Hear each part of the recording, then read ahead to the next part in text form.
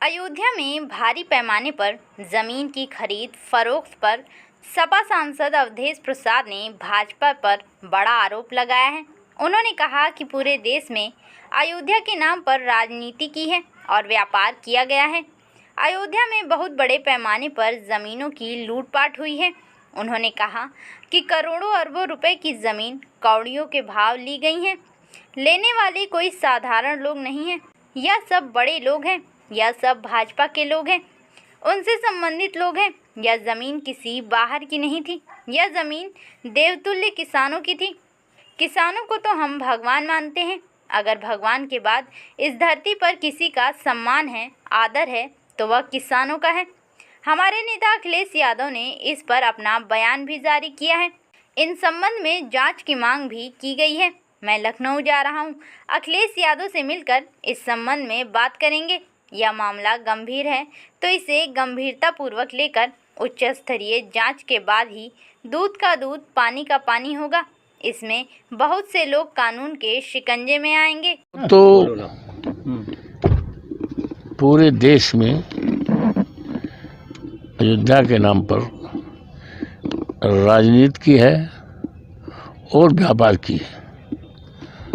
और अयोध्या में बहुत बड़े पैमाने पर जमीनों की लूटपाट हुई है।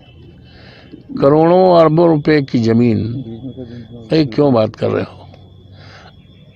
करोड़ों अरबों रुपए की जमीन कौड़ियों के भाव ली गई है और लेने वाले कोई साधारण लोग नहीं हैं। लेने वाले लोग बड़े लोग हैं, भारतीय जनता पार्टी के लोग हैं, उनसे संबंधित लोग हैं। और ये ज़मीन किसी बाहर की नहीं थी। वो ज़मीन हमारे देवतुल्य किसानों की थी। किसान को तो हम भगवान मानते हैं।